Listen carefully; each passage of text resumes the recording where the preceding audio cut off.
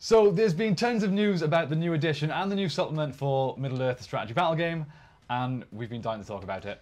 Yes, we finally had a chance to, after a lovely battle report that went amazingly, which you need to check out. Yeah, news was happening as we were playing, Yes, so we have to talk about it. Yeah, not only that, but outside of our members-only content, there's been no opportunity for us to discuss our thoughts on the new edition at all. That is true. So it's time. I was going to say it's time for us to sit down and talk, but we're standing, so that doesn't make any sense. Yeah, so we'll actually have a bit of a back and forth today about our thoughts on the new edition, the changes that are being made, as well as the controversial topic of releasing a new supplement for the current edition, literally like a month before the new edition. Yeah. Let's start there. How do you feel about that, James? In the clean way, not a nice move. I kind of get why, in a certain sense, that they want to get something new out, but why wait so long to do something and then do it and change it so fast? I agree. I have heard apparently there were unforeseen delays in getting this book out. Well, at that point, I would just introduce it within the new one. I just don't understand. They'd already printed them. It's just... Yeah. So I feel bad for GW, and on the flip side, for a change, they've been very transparent about it, and in their article announcing it all, they basically said, look, if you don't want it, don't get it, but it's there for those that want to complete their collection of Middle-earth books. And we are like, look, I'm not happy about it, but we're going to get the book. Yeah, I don't want there to be a book that I don't have, you know? And at the end of the day, like, people do it with 40k and stuff. They play old editions. So you never know, the new edition might come out. We absolutely hate it, and we go, let's just stick to what is the current edition. Yeah. In which case, we want the books for that anyway. It's unlikely. It is unlikely. I kind of feel like with most things like that, once you play them a bit, you kind of... people don't like change more than it's worse a lot of the time. So getting used to it, it becomes better. I agree. I would say, though, this is while frustrating, nowhere near as bad as if we compare this to Warhammer 40k.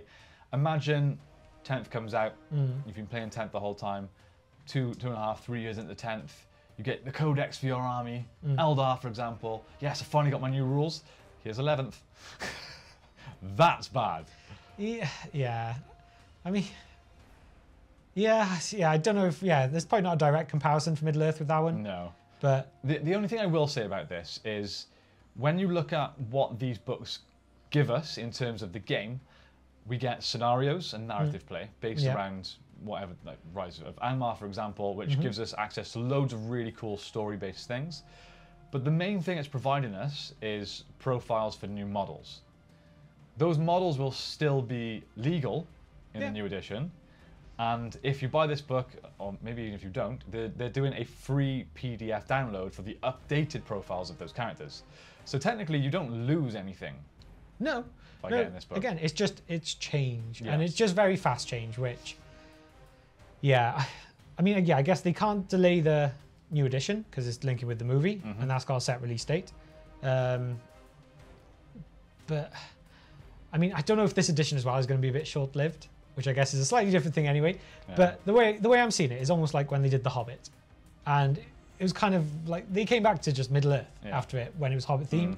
I feel like we might get War of the Rohirrim themed for a bit, and then they'll go, oh, let's do another new edition and bring it back too. No, it's going to go War of the Rohirrim, Hunt for Gollum. I don't know if they could do a new edition for Hunt for Gollum. I bet they will. They've done a new edition for every movie, pretty much. Yeah. Now Rings of Power. What a shame. Oh no. While we're on the subject of the supplement, though, let's talk about that, because there was new news today about that specifically, and then we'll touch upon the new edition. Okay, cool. So we'll literally go through this because it came out while we were playing and streaming our report. Hopefully you all tuned in for that. If you didn't, every Tuesday at 3 p.m. UK time. So this article is essentially an interview with Jay, who's the head designer for Middle-earth. Community asks, how did Rise of Angmar come about? Jay says, as with all supplements, we are constantly looking for new events to cover, factions to focus on, and characters to bring to life on the tabletop. Obviously, that's great news because we want everything in Middle-earth to be represented. Yep. The history surrounding Arnor and Angmar is fascinating. The kingdom splits into 3 smaller realms, Arthedain, Cardolan, and Rudawa, before the Witch King comes to Angmar. The Lord of the Nazgul uses his dark powers and grand armies to erode the great kingdom of Arnor over the centuries, eventually leading to its tragic fall. It's a story that happens long before the events of the film, and we wanted to bring it to tabletop in all its glory. Yeah, I mean, I'm glad that like this is one of these things that we've said ourselves that if they were going to make new films, these are the kind of things they should focus on. So I'm always going to love they're going to introduce models and new stuff for this because it is, I mean, it's Battle for Middle Earth 2. Like it's that kind of story. Rise of the Witch King expansion, sorry, and I love that whole story and it's good to see more of it. So I'm glad they've done that and not just gone, hey, let's just do another, I don't know, like Battlefrost Skiliath when they've done Pelennor, and it's different, which totally I'm glad they've done that and not just gone more Rohan. Yeah, they could very easily have gone, let's do a Battle for Helm's Deep expansion or something like that, you know. But yeah, go into something like this, big thumbs up from me. What would be funny though, side note, you know they've announced 3 new movies in the Peter Jackson verse. Yes. We've got Hunt for Gollum, the other 2 are unnamed. Yes. Wouldn't it be funny if they did The Rise of Angmar? I mean, that would be brilliant. But GW have the rights to the movies, so they would release all these models based on their own designs. And then they technically would have to update them based on the movie designs. They've done that in the past though. That's not new. Remember the original Radagast? Oh, true. Which, so much better, just saying. I wonder, like, I wonder if that's still accessible anywhere. Probably not. We've got one. We do, but it probably costs a bit to try and buy one. But they've done it before, so I wouldn't rule it out. And from a very pessimistic point of view, you kind of go for GW. They go, oh, great, we release everything. Oh, great, we release it all again. You've got to buy it twice. And everyone will go, well, I'm going to buy it twice. True. It depends on the sales the first time, I think. It's what we do. Yeah, very true, very true. So I don't think that would be like a deal breaker, and I could almost see them pessimistically planning ahead to go, if it's far enough in advance, people go, oh, we didn't know at the time. True. And you can't blame them for it. No. I wouldn't complain if I'm honest. No. Anyway, let's move on. So we talk a little bit about events that are covered in the supplement. And Jay says the conflict between Arnor and Angmar spans over 500 years, so there's a lot to cover. From the Witch King founding the kingdom of Angmar, the fall of Cardolan and Rudawa, the Great Plague that ravaged Middle-earth, all the way up to the Battle of Fornost and the Witch King's defeat. We also explore the likes of the fall of Amon-Sul, the last sighting of Eomer as he rides to Minas Morgul to deal with the Witch King, and there is even an appendix covering the chieftains of the Dunedain at the tail end of the Third Age. Oof. Oh, wow. I mean, okay, I'll put a question to you. Are you happy that they've done more Dunedain? Oh, I'm so happy. I'm so happy. Easy question. Yeah. The thing is, they're just re-releasing the old models. I hope they're re-releasing them as plastic. Oh, they're going to be... They're going to be resin, aren't they? Yeah, they're going to be... Yeah. Hey, GW, stop resin. Yeah, no fine cast resin. It's the worst thing in the world. Metal being second. Oh, yeah. But at least we get a new Dunedain hero. Yeah. But surely it's bound to be plastic. I bet there'll be more in the future. I hope so. I hope so. I think that's one of those. In a few months, there'll be someone new, and then I think they'll do a few. But going back to the actual events themselves, one of my favourite moments in all of Tolkien lore that doesn't really get covered in anything outside of the books is Eomer's ride to Minas Morgul. That whole going to challenge the Witch King and never being heard from and seen again. It's so cool. It's epic. It's a really cool story for the last King of Gondor, and it's great that we get him represented. Yeah. I mean, he's dumb. But but it's cool. It's cool. It's still cool. The fall of Amon-Sul, that's awesome. Ooh, sorry, that made me think. Wonder if anything around the Minas Morgul, if we'll get some like Minas Morgul terrain, or because they're probably like they do tend to do more terrain related to releases now. So or I mean, there's such it's going to be some kind of I don't know. There'll be lots of new terrain for the new edition. Yeah, I think probably not this. Yeah, but the Amon-Sul fall would be cool. Amon-Sul is Weathertop. Yep. So yeah, some great lore to go with that. Okay, moving on. There is also a linked campaign in the supplement so players can fight through the whole story and determine the fate of Arnor through the game. They then ask Jay if he has any favourites. He says he has a few that he's fond of. The fall of Amon-Sul, the Great Plague, and the fight for the North immediately spring to mind. If he had to pick one though, it would be the Battle of Fornost. I'm already most excited about that. Men, elves, and even hobbits all do battle against the hordes of orcs, spirits, and evil men in a bid to avenge Arnor's fall.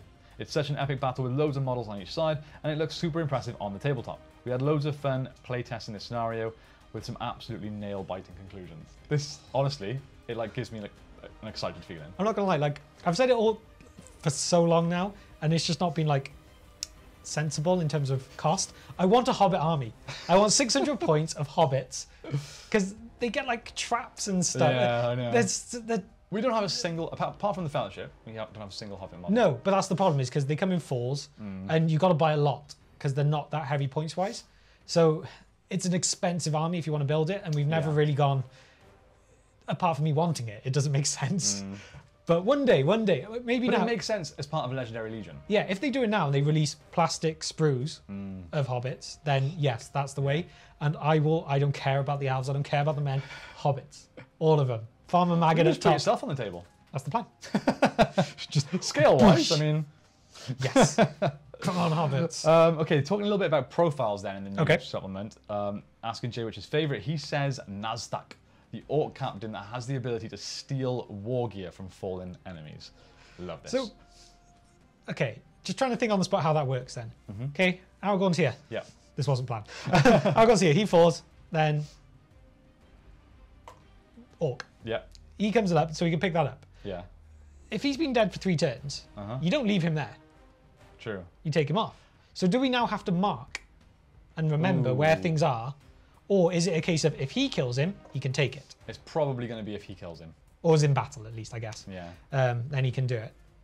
That's what I'd assume. Yeah. But we'll wait and see, I suppose. Yeah, because you can just imagine those... Oh, hang on. Oh. So long as he can kill the model carrying them in close combat. Okay, we got ahead of ourselves. That was the next line. But still, okay, that is cool, because... Oh, so he is to kill. Yeah. It actually says, the actual example that is used here, telling stories through your games, players will remember that time when Nazdak took Andúril from Aragorn, or when Nazdak got hold of the Arkenstone and survived the whole game. Creating memorable moments and turning them around the table after a day's gaming is what brings wargamers together, and he exemplifies that aspect better than anyone else. He could take Clive's shield. No one can take Clive's shield. I mean, yeah, I think if I had him, all I would be doing is trying to steal stuff. Yeah, like, I'd kind of forget about the game, and I'd just be like, okay, what can I get this time? Oh, imagine him with Andúril. Oh, it's exciting. It really is exciting. Hey, Sauron. Stab, stab. Wondering. Yeah, that could be really cool. Yeah. Yeah, very, very exciting. And it's something that's not really... It's never been in Middle-earth, and I don't think it's in any other game that we play either. So that's really exciting. But with all this being said, one of the most exciting things about this supplement is the new Legendary Legions. Yes. So, no spoilers.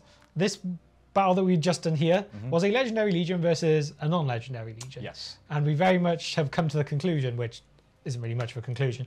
Yeah. Legendary Legions are just better. They have extra rolls, it makes them stronger, they work better overall. Yeah. So I kind of like that, they're becoming more of a thing. So do I. I think it's great. Like, if you want to choose to do battles and not use them, that's fine. Yeah. But yeah, I'd do like LL more. versus LL or non versus non. Because like the example for the previous battle, sticking with that, is I used the Return of the King Legendary Legion, which is essentially Aragorn, the 3 hunters with the dead. The special rule for that is Aragorn gets Andúril for free. That's a 40-point upgrade for free. Yeah. If you just played the exact same army, but the non-Legendary Legion version, you're going to have nowhere near as many models as me. Yeah, because I think even in that battle, if you hadn't had the upgrade and you wanted to pay for it and got rid of Army of the Dead, I think I would have broken you, which I maybe didn't do. Spoilers. Yeah. Yeah, I think it's huge. And the fact that we're going to get Legendary Legions now where you can put hobbits with Men of Gondor and elves, hell yeah, is all I'm saying about that. That is so cool. Yeah. And this is probably going to help us move on to the news of the new edition at the same time. People are complaining at the fact that you're pretty much only going to have Legendary Legions as options for army building going forward. I personally think that's better. I don't like seeing people do soup lists where it's like, yeah, Boromir leading the elves, because they could kind of have an alliance. Yeah, there was the alliance matrix, which, it was just a bit... Yeah, I'm not first. We never did it. No, we didn't. I guess kind of like house rules wise, it was something we didn't go into too much, but yeah, like I say, I like the Legendary Legions. Yeah. That's pretty much it for the article. So, with that being said, the new edition, one of the big things then, Legendary Legions, we like that. We'll move on from that. What other changes have there been? A lot. I think we'll start with the ones they've announced. Okay. Fight value being a big one. Yes, so they're basically redoing everyone's fight value. Well, I say everyone. There's going to be more variety. Yeah, so at the moment, everyone's kind of crammed in this 4 to 6 range. Yes, so you got, again, we'll stick with our example for the moment. You got soldiers of Rohan, warriors of Rohan, against Dead Men of Dunharrow. They are the same fight value. Yeah, silly. they shouldn't be. No. So it makes sense. Like that's the kind of one where you need to start spreading stuff out a bit more. I'm gonna guess we'll see it a lot more with heroes. Yes. There's a lot of heroes that, they get crammed in that small area, and you kind of think, well, actually, if you look at these individually, no, they shouldn't be. There should be a little bit more. Yeah. I think the max fight value is staying at 10. Yeah, they're not going to change any of the maxes and stuff. But you're going to have like Aragorn will be up at like 8 or 9 instead of 6. Yes, which should be. Yeah, with that they are redoing every single model's profiles as a whole. Yes, and they're even introducing the new category of intelligence. Oh yeah. So that's going to be interesting to see exactly how it works. And what I think it'll work on the exact same way as courage. It reminds me a lot of D&D. Like, oh, can I spot that? Do an intelligence test, you know? Yeah, true.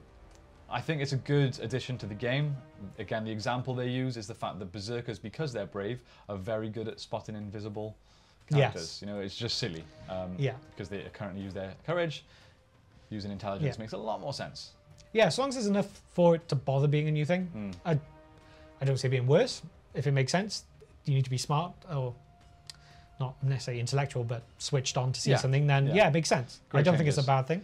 They're also doing away with a few things. The in the way chart and special strikes. Thoughts on that?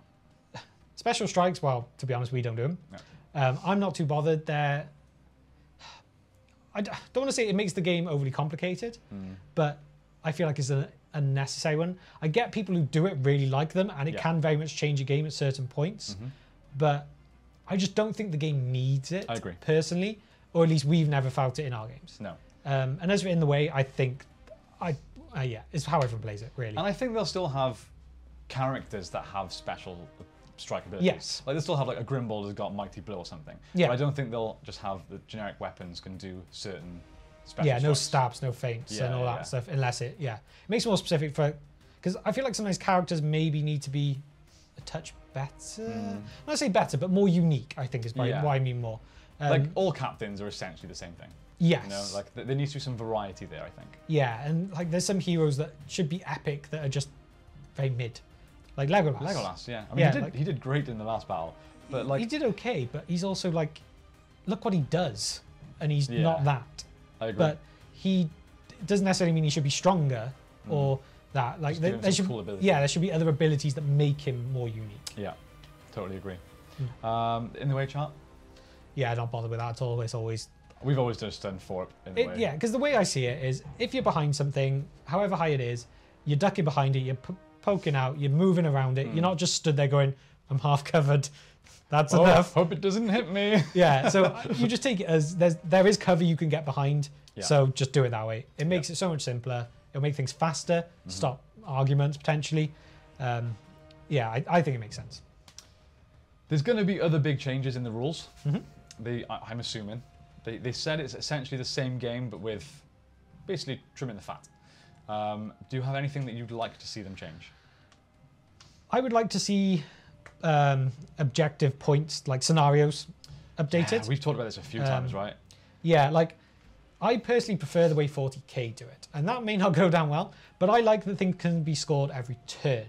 Not necessarily that there's a finite amount of turns, and that's that, but I like the fact that just because something hasn't gone well at the beginning, you could get a secondary objective that you can do and it gives you points. And it's not just a case of, because I know it's not going to be the case every time, but a lot of the time is if you win and you break your opponent, you're more likely going to get more objectives. Especially if it means like obtaining places and stuff. Likely is you got more models, you're going to hold them. Yeah. You've got to kill heroes. If you break the other army, you're more likely to have killed that hero. Yeah.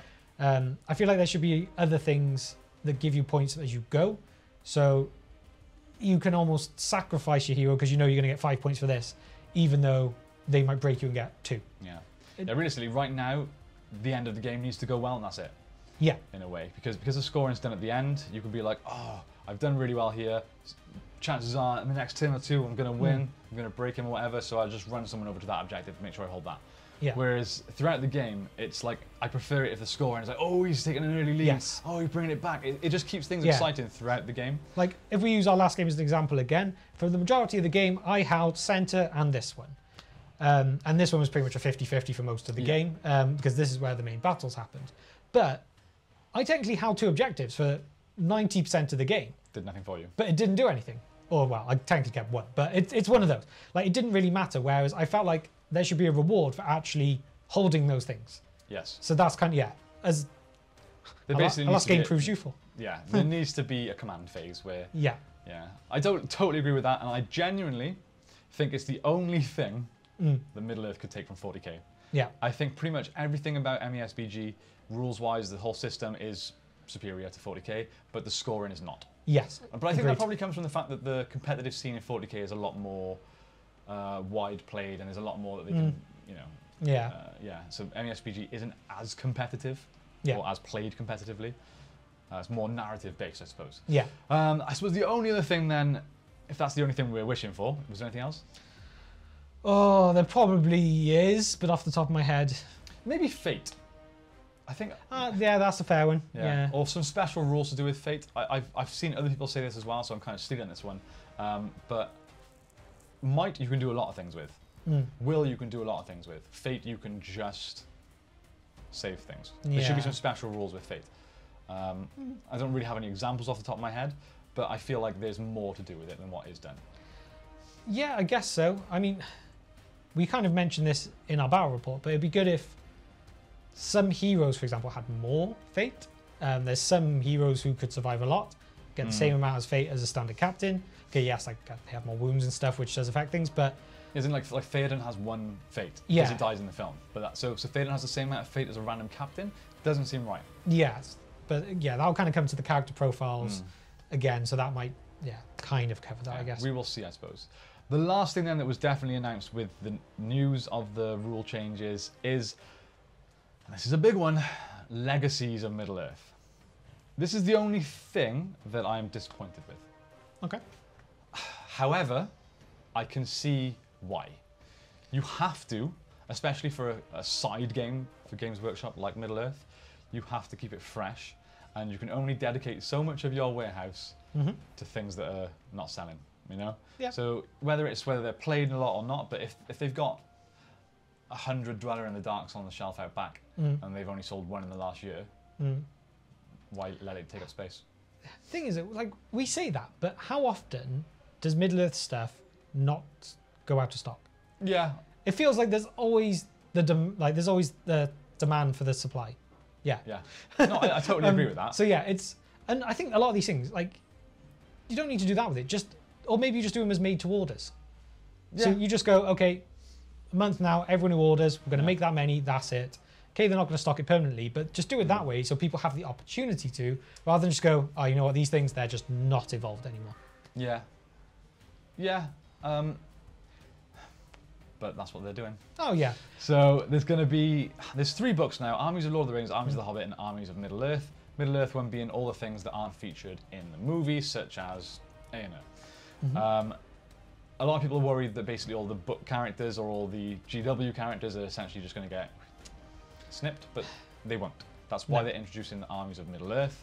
So does that mean, Armies of Middle-earth is going to be War of the Rohirrim stuff? Or is that going to get its own book, or have they not said that?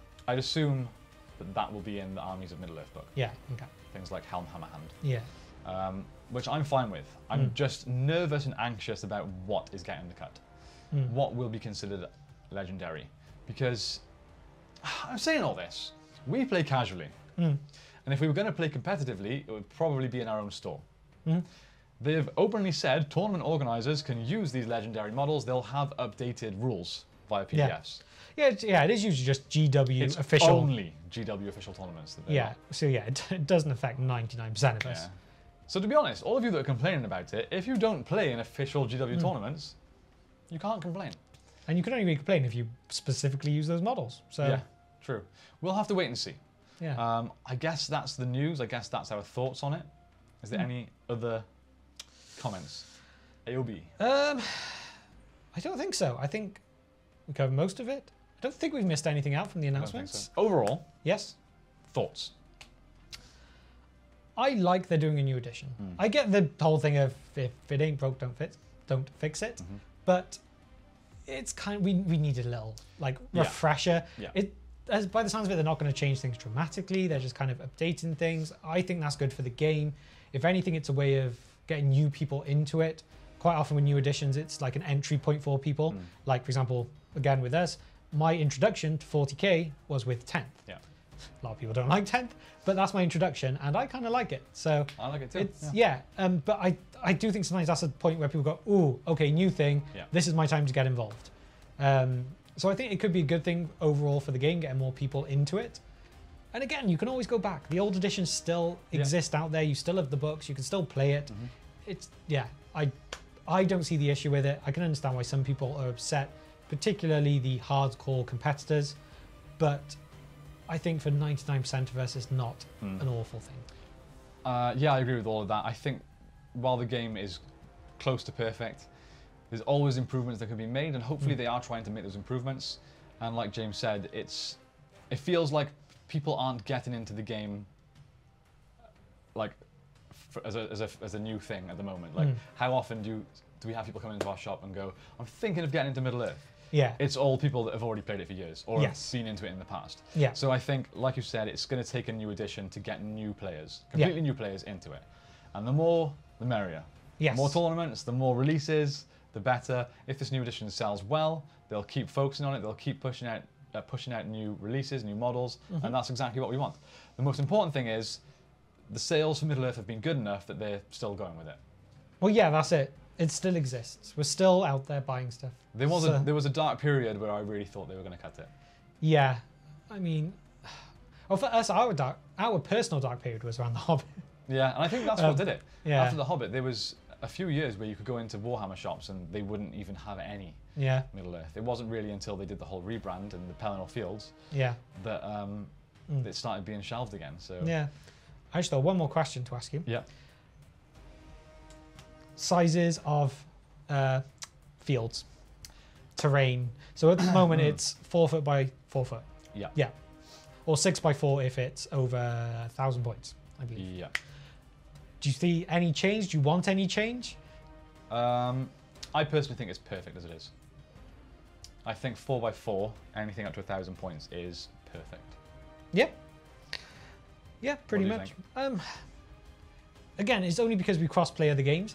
I kind of wish there was a size that kind of... So say, for example, like 4 foot is 48 inches. Yeah. I kind of wish they went 44 or something to at least go into the same rough size as 40k. Just so when you play multiple things, you don't need to keep changing. Like, we do want to do the odd game of 40k on the channel, but it's a whole like redo of what we've done because it's a completely different size table.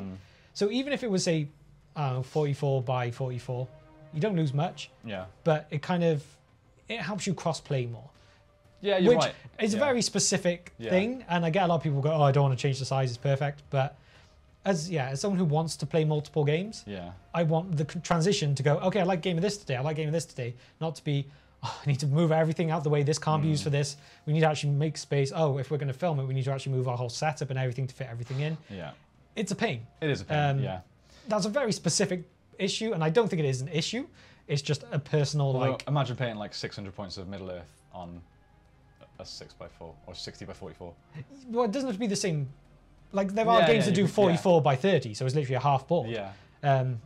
True. Yeah. I mean, we could do our own sizes. We don't have to do the official ones, but we are trying to be more official with a lot of the way we are doing things. Yes. So that's only a minor one. A lot of people probably wouldn't even considered that. Yeah. Just from our point of view in doing some of this, it would be nice in a way. Yeah. All right. I think that pretty much rounds it up. Yep. We're happy. What do you guys think? Are you happy with the news? This is really uncomfortable to lean on. I'm not doing that again. Yeah. If you're enjoying the content, make sure you subscribe. Again, weekly live streams, Tuesdays, 3 o'clock British time. If you can't make the live streams, the videos, they go up after. So you can just still, you can jump in and watch. They're great fun. And if you do, leave comments as the game goes, because we love to see how people react to things as they're happening. Yeah. And it's always funny to read comments when they're like, oh, you should have done this. And it's like, actually, it's coming later. Wait and see. Yeah. It's good. Yeah, and if you, again, really enjoy the content and you'd like to support us, you can hit join and become a member of the Alliance for some exclusive content access. Access to exclusive content on the channel. Videos on there go up every week as well, and you can only see them if you're a member of the Alliance. Don't worry, our battle reports are stay in public if you can't afford it. But if you want to, it's $4.99 a month. Yes. Apart from that, shout out to our amazing sponsor, Baron of Dice, as always. Some really cool dice right here. I put my Army of the Dead ones away. But yeah, barondice.com, code TT Alliance for a discount. That also supports us. And of course, the amazing Baron Dice. That's pretty much it. That is it. Guys, hope you have a great day. Thank you very much for watching. We'll see you next time on the Tabletop Alliance. Bye, guys.